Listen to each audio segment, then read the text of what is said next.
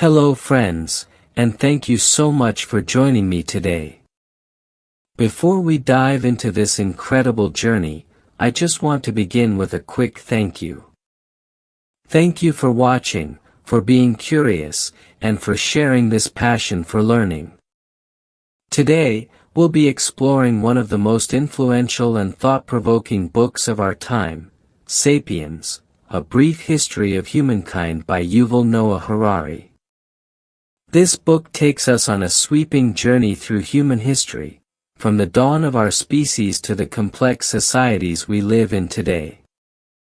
It's not just history, it's a mirror that forces us to question who we are, where we came from, and where we are heading. Let's begin with the earliest lesson in our story, the cognitive revolution. Around 70,000 years ago, Homo sapiens were just one of several human species roaming the earth. We were not physically stronger than the Neanderthals, nor were we faster than the predators that hunted alongside us. What set us apart, and ultimately allowed us to dominate the planet, was not muscle but imagination. The ability to imagine, to create shared myths, and to believe in things that did not physically exist gave us the power to cooperate flexibly in large groups. Unlike ants or bees, whose cooperation is rigid and instinctive, humans could unite in vast numbers under shared beliefs. These beliefs could be gods, nations, or even the value of money. This revolution in thinking laid the foundation for everything that followed, reminding us that the world we live in is not built only on physical objects but on the power of collective imagination. From here, Harari explains how fiction itself creates cooperation. The myths, religions, ideologies, and legal systems we've built are not lies, they are tools for mass organization. Money, for example, is merely paper or digits in a bank account, but billions of people trust in its value. Without that shared belief, global trade would collapse. Corporations, too, are not physical objects but legal fictions.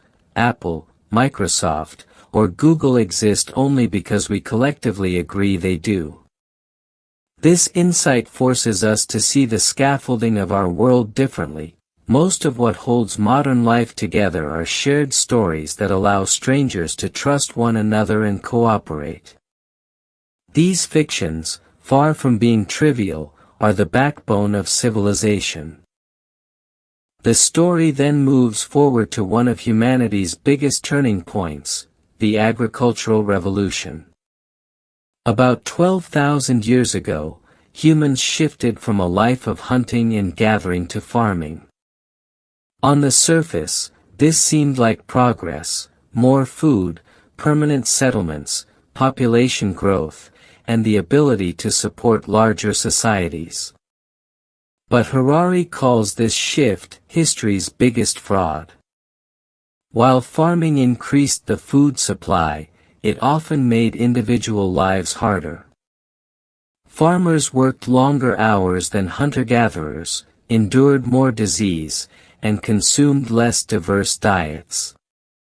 Wheat, rice, and corn domesticated us as much as we domesticated them. The lesson here is humbling.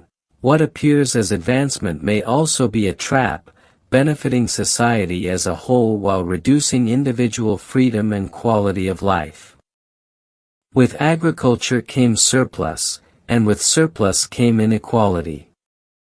For the first time in human history, people could accumulate wealth and possessions beyond what they could carry. This led to the rise of complex societies, social classes, and hierarchies. Rulers, priests, warriors, peasants, and slaves emerged, dividing people into unequal roles. Harari points out that these hierarchies were not natural but constructed, maintained through powerful stories that gave them legitimacy. Religion, kingship, and later nationalism justified why some had more and others had less. People accepted their place because they believed the stories told by those in power. The truth is that human societies are not inevitable structures but imagined orders, and once we recognize that, we understand how deeply stories shape our world. Writing and numbers amplified this process further. Around 5,000 years ago, humans developed writing systems, not initially for poetry or literature, but for record-keeping. Kings and priests needed to track taxes, debts, and harvests. Numbers and writing made it possible to manage large empires and organize resources across vast regions. Knowledge could now outlast generations, stored in clay tablets and scrolls.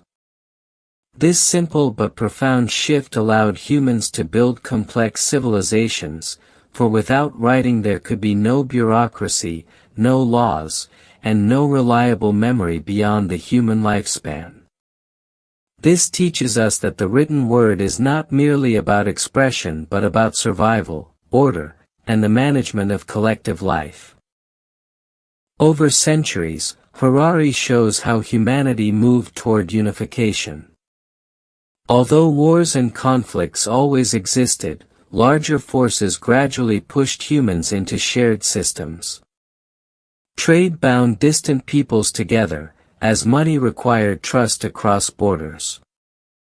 Empires enforced common laws and brought diverse populations under a single authority.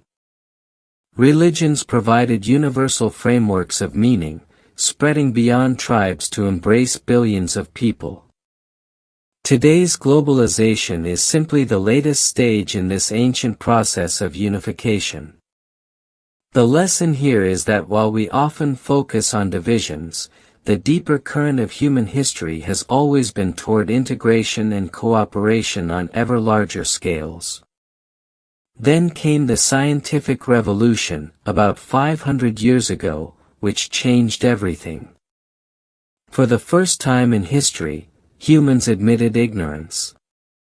Instead of claiming to know everything through myth or tradition, scientists began to say, "I don't know, but I will find out." This humility became humanity's greatest strength. By embracing curiosity and testing ideas through experiment, humans unlocked new power. Science fueled exploration, medicine, industry, and technology. Nearly everything we take for granted, from electricity and antibiotics to space travel and the internet, stems from this revolution in thinking. The key lesson here is that knowledge is not static. Progress comes from questioning, doubting, and continually seeking evidence. Science, however, did not grow in isolation. It needed funding, and capitalism provided it. Investors, banks, and entrepreneurs supported voyages and experiments in exchange for potential profit. The pursuit of wealth fueled exploration, industry, and innovation. Later, consumerism emerged, convincing us that happiness comes from buying and consuming more. This ideology is so strong that it shapes modern life itself. The paradox is clear: capitalism has brought prosperity and innovation, but it has also trapped us in endless desires, where satisfaction is always temporary and consumption never ends. Recognizing this pattern is essential if we are to use capitalism wisely rather than be enslaved by it. The Industrial Revolution further transformed society. Machines replaced muscle, and humans gained mastery over energy sources like coal, oil, and electricity. Factories and cities rose, populations exploded, and family life changed forever. Education became standardized to prepare workers for industrial economies. Industrialization lifted billions out of poverty but also created pollution, inequality, and new forms of exploitation. The deeper lesson here is that technology is never neutral.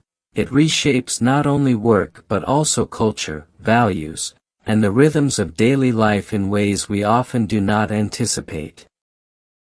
As the modern age progressed, Harari highlights how humans became a geological force.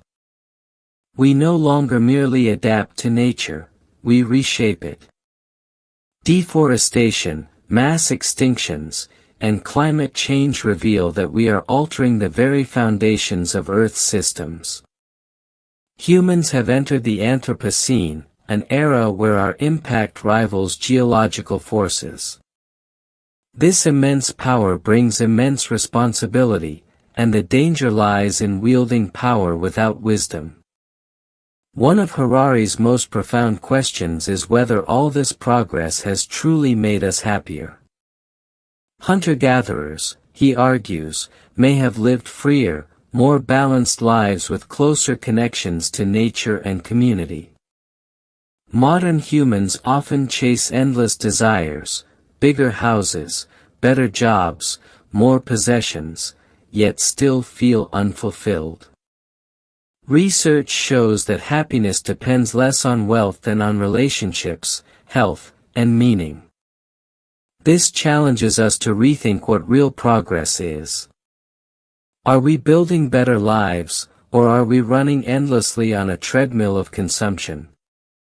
Finally, Harari looks to the future and asks what lies ahead for our species. Advances in artificial intelligence, biotechnology, and genetic engineering suggest that we may no longer remain Homo sapiens. We may create beings beyond ourselves, Homo Deus, or godlike humans. The question then becomes not what we can do, but what we should do. The future is full of possibilities, but it demands ethical reflection. Will we use our power to uplift humanity, or to divide it further? Will technology bring freedom or control? The answers remain unwritten, but the responsibility rests with us.